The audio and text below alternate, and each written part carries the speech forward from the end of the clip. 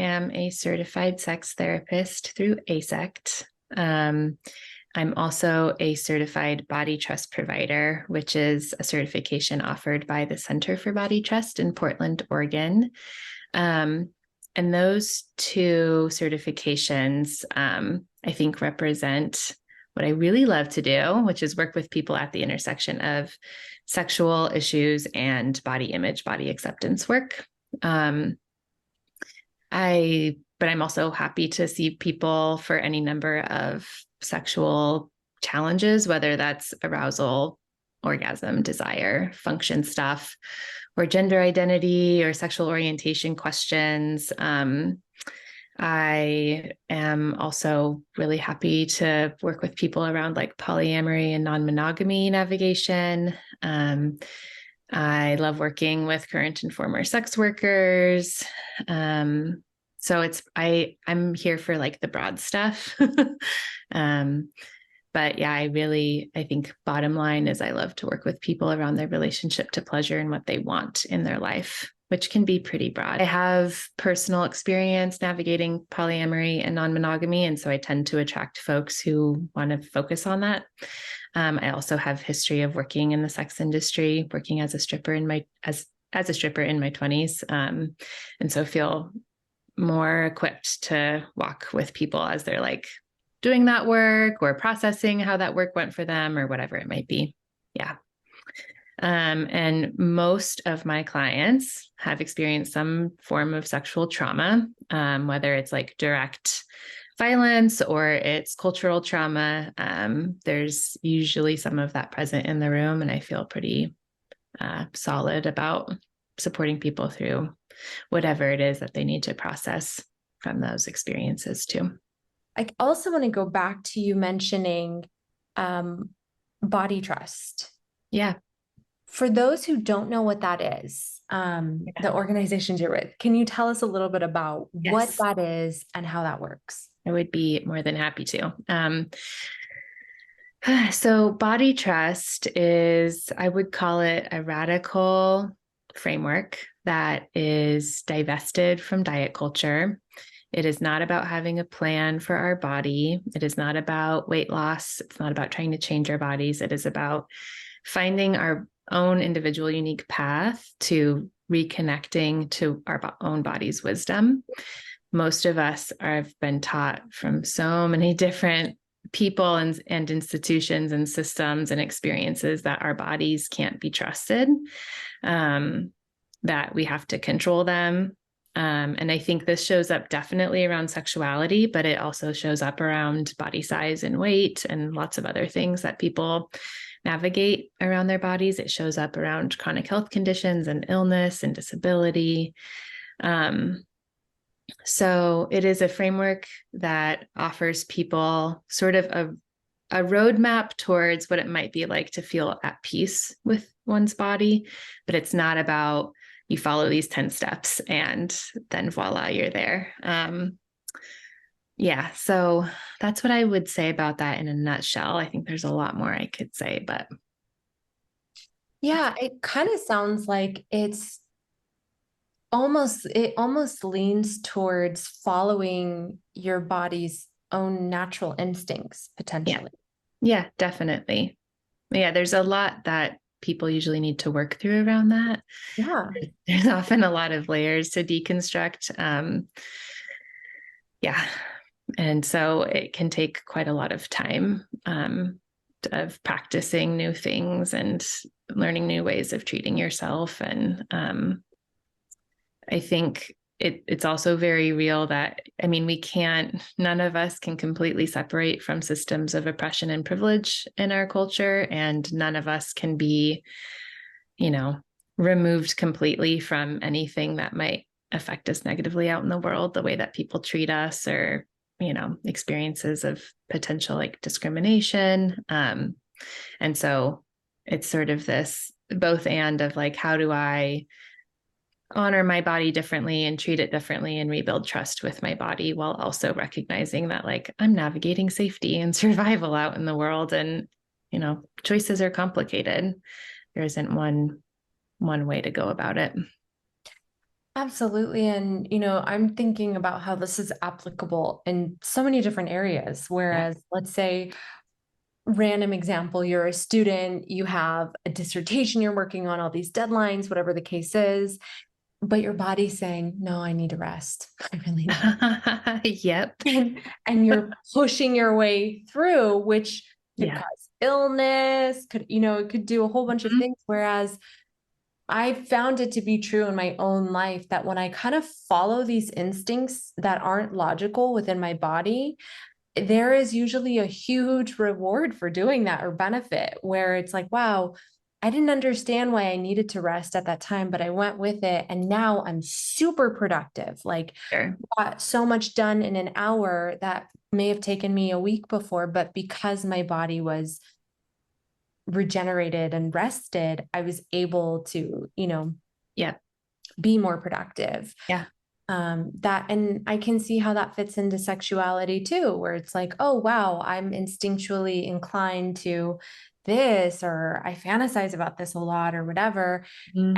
And instead, you know, some people might have the battle of, well, that's not right because my Right. religion says that's not right, or my parents say that's not right. I don't know. Yeah, totally. Hmm. You know, but you have the inclination. And so it's Yep. like, do you explore that part of yourself that's there, or do you suppress it? Right. Right. Yeah. Yeah, it's like the age-old battle, right? Yeah. Yeah, definitely. Hmm. That makes a lot of sense. I'm curious, you know, you said that you have also experienced dancing. Hmm. Hmm. Yeah, I'm curious, what was that like for you, as much as you want to share? Sure. Yeah, do you feel like it served a purpose? What did it teach you? Yeah, no, that's a great question. I'm really happy that I did. I actually got into it following I went to grad school. I got a grad degree in public health. I graduated in what year was that? 2012, and couldn't find a job at all. I applied, I don't know how many jobs I applied to. And I worked for a couple of weeks at my gym's childcare center. And I was just like, this is terrible. I hate it. um, and I had a good friend in grad school who taught pole, and I'd gone to her classes for about 6 months, and was just starting to sort of like feel into this possibility of like maybe I could actually do that for my job right now. And yeah, it had come with I had also, my previous partner and I had opened up our relationship a year prior. So there was just a lot happening for me around my own sexuality and comfort with my body and feeling empowered and coming into queerness. So there was this, yeah, it was just a whole lot of stuff happening at the same time. But found myself feeling comfortable and interested in starting to dance. And after the first few weeks, I was just like, this is magical. This is like, I can see how it might not be for some people in some circumstances, definitely. And given my circumstances, I just felt the power that came from it and the flexibility. And, you know, full time for me was like at 15 or 20 hours a week. And I look back on that now with what my current work life is. And it's just like, holy crap, you know? Um, I feel like the things that I struggled with dancing are things that I still struggle with. It's like boundaries. I feel like I hear a lot of sex workers talk about how good they are with boundaries, and I wasn't one of them. I really struggled with um, like finding, and I think it's tricky. I remember I read this article like right when I started dancing that was this sort of sociological look at strippers on the East Coast. And this person named strippers, like called them like super service workers or something, because there were all of these elements of like interacting with other people that they had to do well. And that skill around like saying no, well, even though it sounds like yes, is a really specific skill that I never quite nailed. And so I struggled with like, I had like one regular my entire time as a dancer.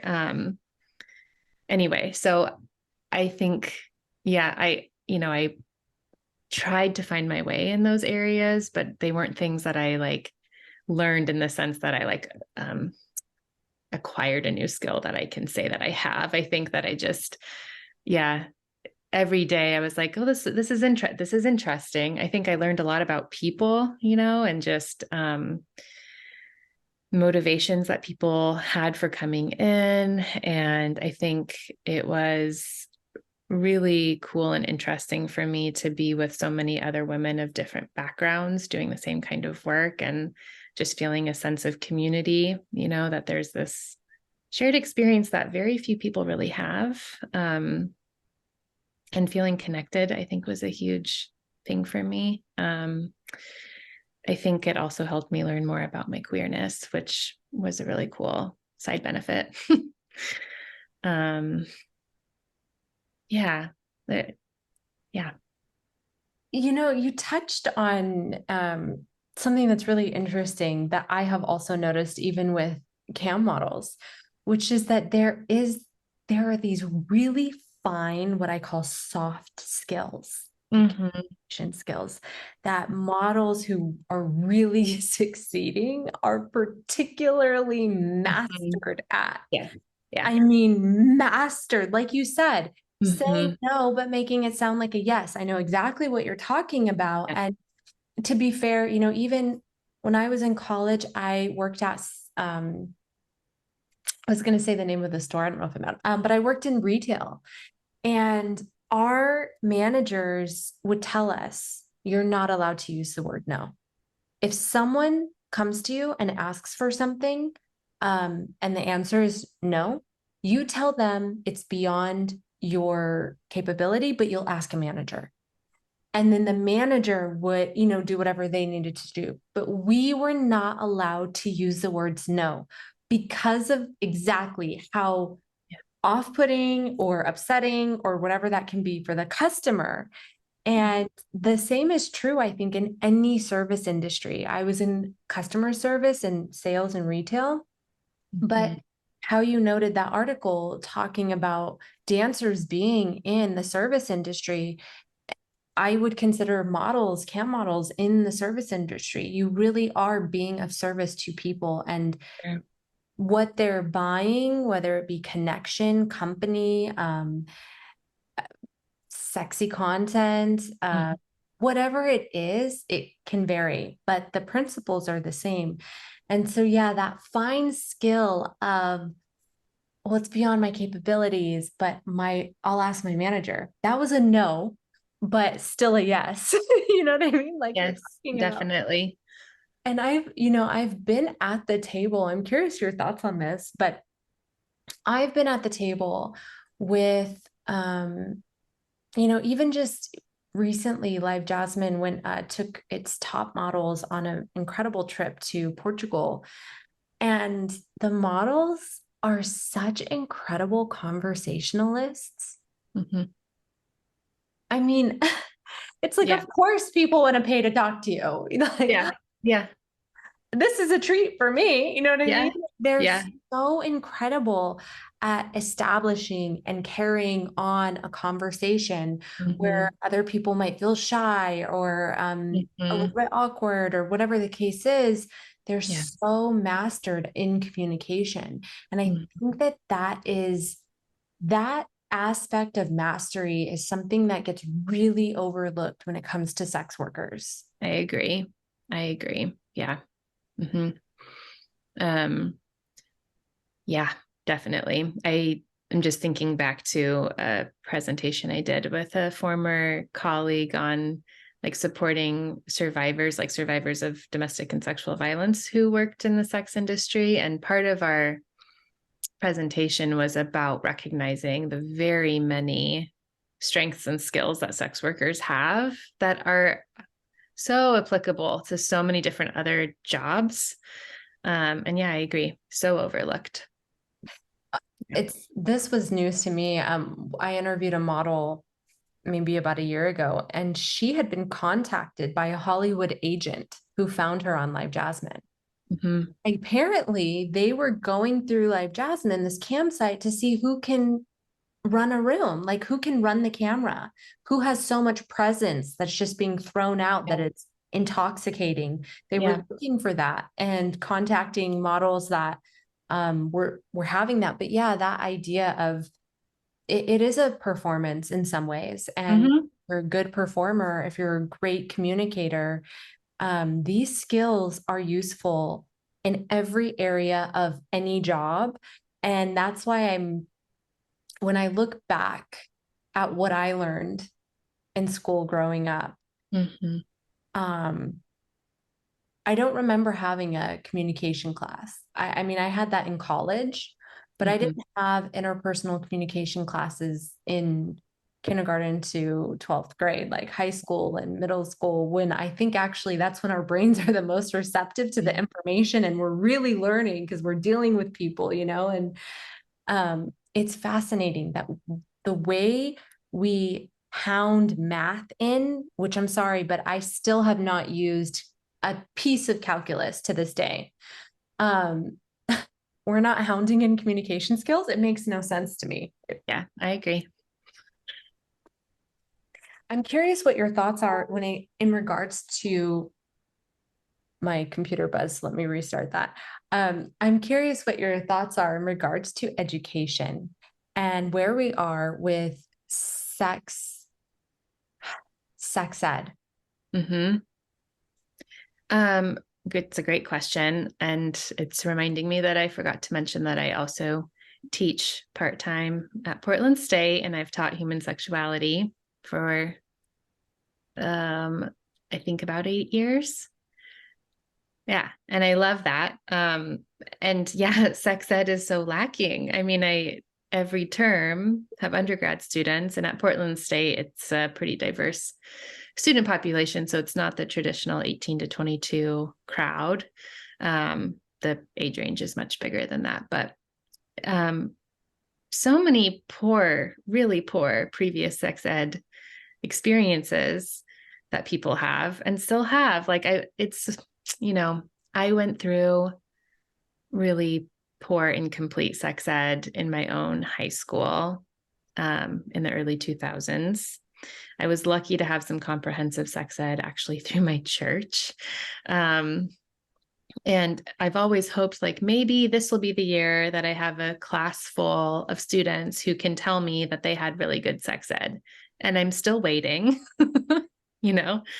Um, it's so important and it's so yeah, it's just so lacking. And I think, when I first started learning about what comprehensive sex ed could be a decade or more ago, it was sort of like it's not just talking about STI and pregnancy prevention, but it's also talking about consent and communication skills, right? And I feel like we've moved even beyond that idea, which is exciting, but I'm like, I don't know actually where this is happening, but curriculum that offers information on pleasure, like why do people like doing sex? Hopefully because it feels good. Let's talk about how it can feel good. Like that sounds revolutionary. But I also think it should be pretty queer informed, right? It shouldn't just be offering information to straight people. I think it should be trauma informed, assuming that there are going to be people in whatever room or setting that have experienced sexual violence. It should be disability informed, right? Like disabled people want to be having sex, have sex, are sexual beings. Um, I also think that sex ed should have some amount of recognition that not everybody wants to have sex for any number of reasons.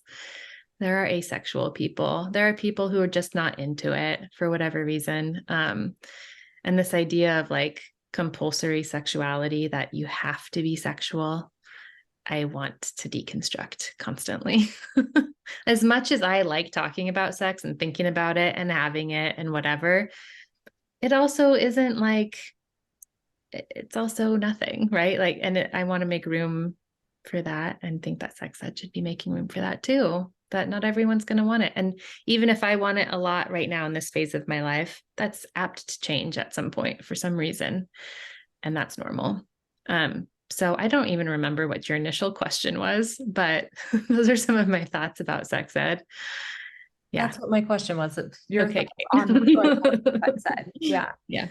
Um, really interesting. And I'm curious, when you're teaching college age students Mm-hmm. about human sexuality, Mm-hmm. I'm going to guess that the way you teach includes some of this pleasure-based Yes. information. Yeah. And you've been teaching for 8 years, you said. Mm-hmm.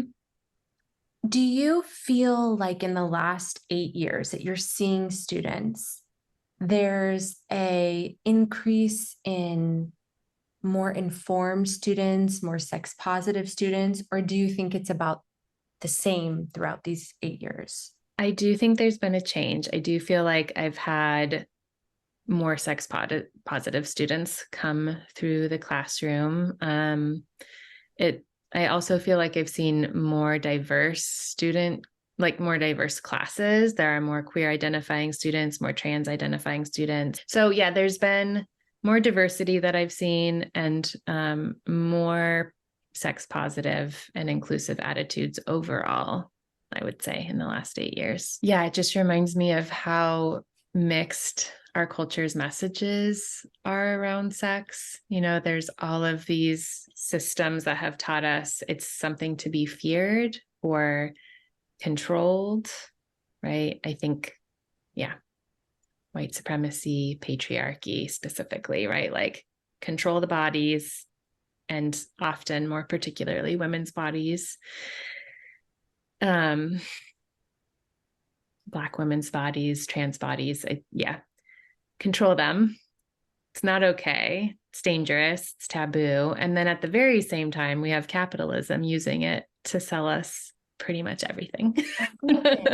It's just maddening. Yeah. We It's can't even get a burger. Like we're using it to sell burgers. We're using it to yes. sell literally everything is Yeah. there, especially, I mean, like you mentioned, but it's true. Like women's sexuality and bodies and femininity, that energy has really been, like you said, it's wanting to be extremely controlled and dominated, but it's also kind of being harnessed to sell Yes. everything. Yes. You know? Yes. Mm-hmm. Feels fucked up. To me, both of those things just speak to how powerful that energy is. And it's like, I don't know, because I'm not taught how powerful it is. Of course, now that I'm an adult, I research and want to learn more and that type of thing. But things that seem threatening are always things that are, groups will try to police and control. Mm-hmm. But then we're seeing the magic of that energy, if you will, because that is the energy used to sell everything. And guess what? It works. It sells a lot, and Yeah. companies that use sexuality or women and their femininity or whatever the case is to really sell their products, it usually does very well. It does sell. So Yeah. it's like there is something that's so potent about this energy that it's super threatening to certain Mm-hmm. systems, and it's really powerful. It can be Mm-hmm. used really for, and then the other side of it, to give an example using Live Jasmine, I have seen how some of these models, their comfort and the pleasure that they give to members has been so healing for them. The Mm-hmm. members have reported that connection, that relationship has helped them get through their severe anxiety they were experiencing, or make peace with X, Y, and Z, or whatever the case is. It's so healing, that energy. And thinking about some of the benefits that come from connection to people, even people online, right? I've been thinking a lot about yeah, having any kind of connection to others allows us to feel connected more to ourselves, ideally, right? And the more that we feel connected to ourselves, the more we can connect with other people. It's this sort of cyclical thing. And yeah, if we can find spaces where our sexuality is actually recognized and respected and celebrated, and we get to feel more connected to those parts of ourselves, I think the the relationships that we're trying to engage in also just become more rich and lovely, and in turn we feel more connected to ourselves again, and the opposite can also be true, which is a horrible experience that many people are familiar with. I'm such a big fan of Adrienne Marie Brown. She's one of my heroes for sure. She's written Pleasure Activism and Emergent Strategy, and I really firmly believe that, yeah, the more people are connected to what they want and what they don't want, the more that we have people who understand boundaries, who value other people's boundaries, who have respect for their own autonomy and other people's autonomy. And I think being connected to what feels good is actually good for us on multiple levels. And it's good for the people around us, you know, not just sexually, but like, how much sleep did I get last night? And do I feel good from that? And any number of things in life. Absolutely. And I know in my own experience, it is markedly noticeable that when I take time to do things that are pleasurable for me, Mm-hmm. even if it's rest, by the way, like it could be anything. Yeah. I honestly, I can, if I feel like I'm starting to get sick, I can get over an illness in 12 hours. I'm not even kidding. By Mm-hmm. focusing on pleasure and feeling good. Really, for me, I love relaxing and Yeah. resting. Yeah. And yeah, just, incorporating more of the things that bring us joy. I mean, there are numerous studies that have shown that joy literally heals people. I mean, they have Mm-hmm. studied cancer patients Yeah. who were not taking any traditional treatments, but were engaging in like a lot of comedy movies and type of thing that entered into remission. Mm-hmm. That's really significant for how joy and pleasure can literally heal people. So Sure. it's just fascinating that, we're not taught to focus on these aspects of ourselves. And honestly, if people focused a little bit more on their pleasure, I think that it it would help in people not expecting so much out of other people and things to bring them joy and pleasure because they're making sure they're getting it themselves. Yeah, definitely. Yeah. I mean, the sort of self-responsibility that we have in feeling good is so real, right? And it can be scary to say, this is what I want, this is what I need for myself to feel good. And instead, there's all of these like, yeah, subtle or not so subtle ways that we try to like get other people to do that work for us. Um, Definitely see that show up around sex in couples.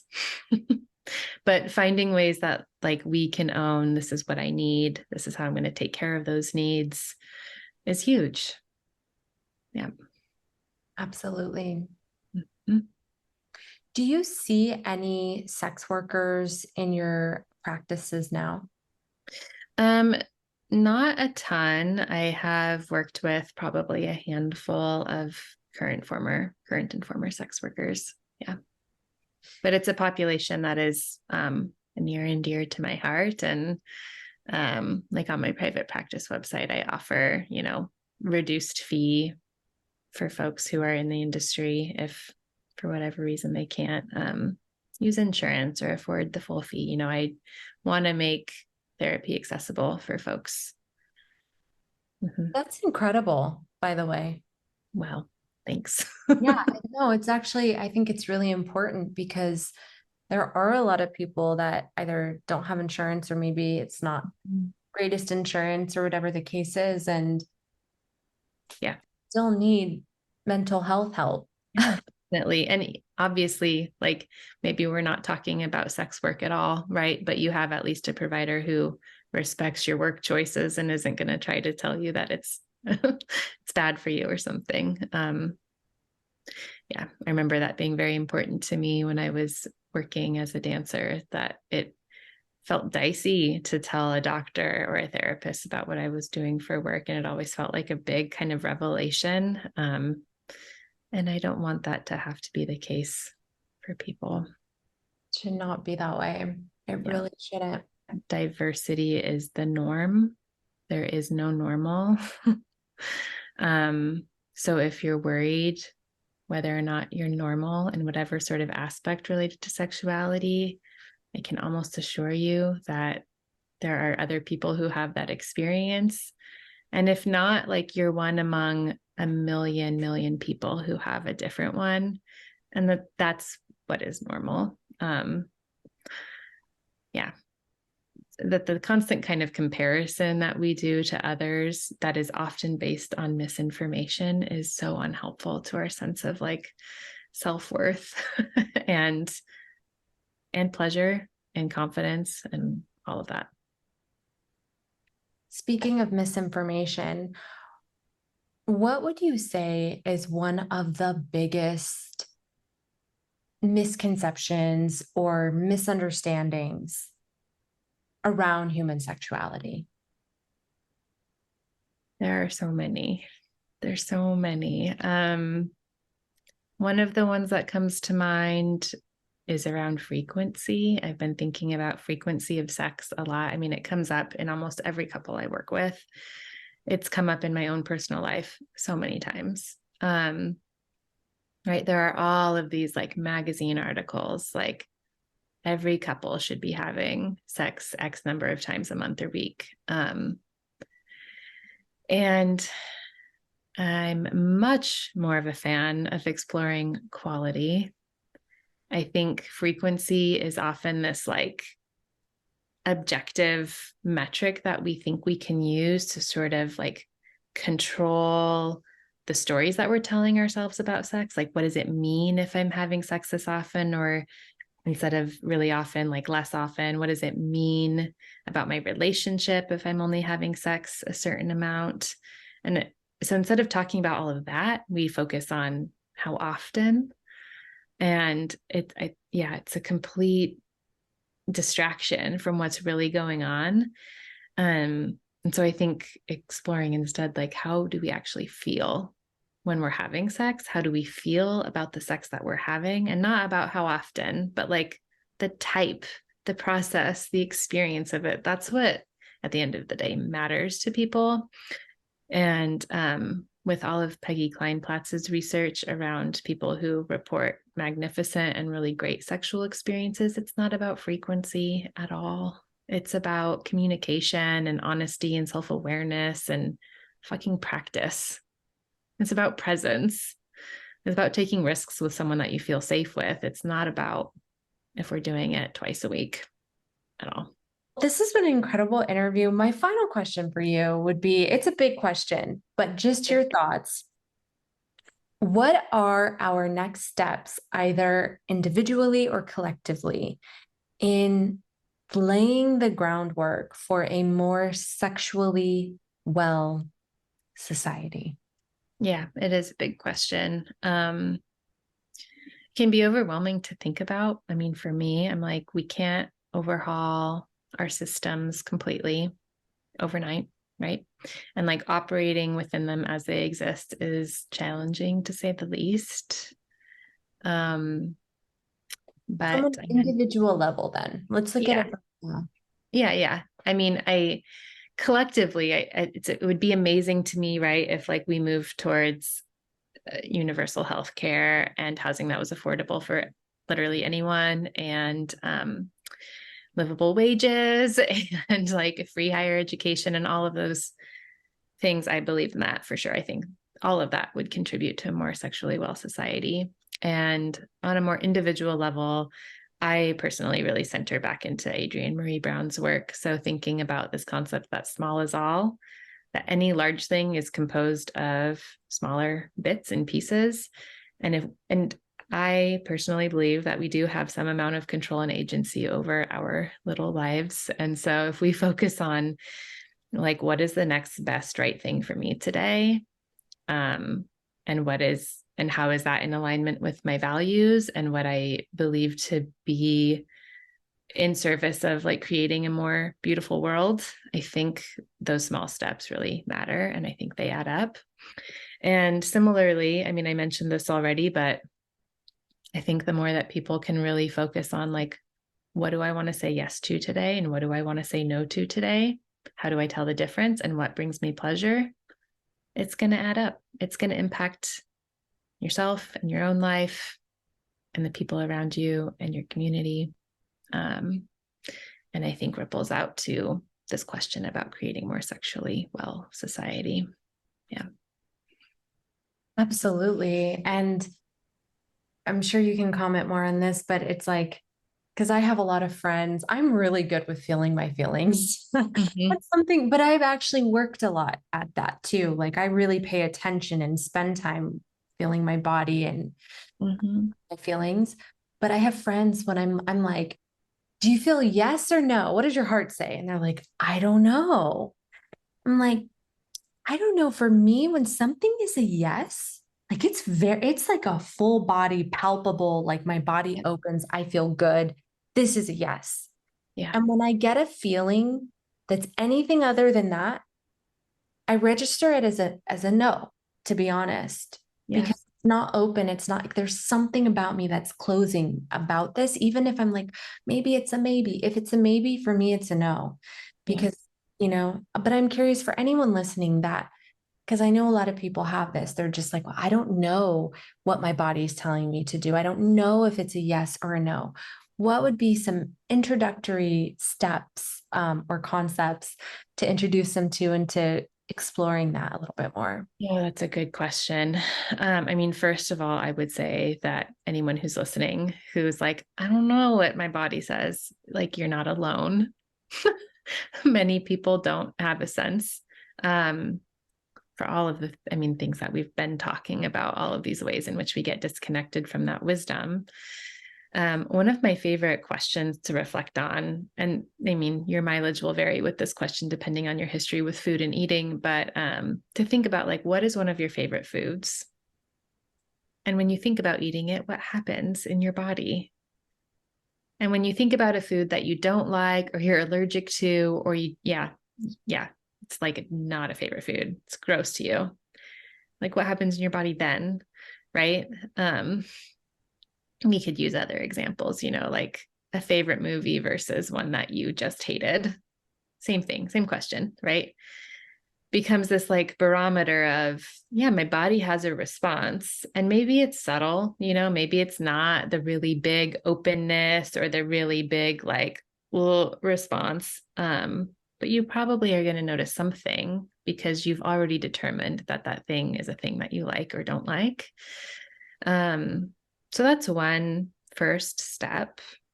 Another one that I mean, taking that a bit further is an exercise that I really like to do with folks that is informed by the work of many somatic sex educators, where we look at sort of all of the nuanced places in between a fuck yes and a fuck no, right? You mentioned maybe. We could also explore what curious feels like and what I don't know feels like, because that is a specific feeling sometimes for people. There might also be these nuances of like, no, not that thing, but this thing instead. That's going to feel like something different. Or yes, that, but I want to amend it this way is going to feel different than like a fuck yes. So I think mapping out those like physical sensations and emotional responses and maybe even thoughts that come with those different experiences can be really helpful.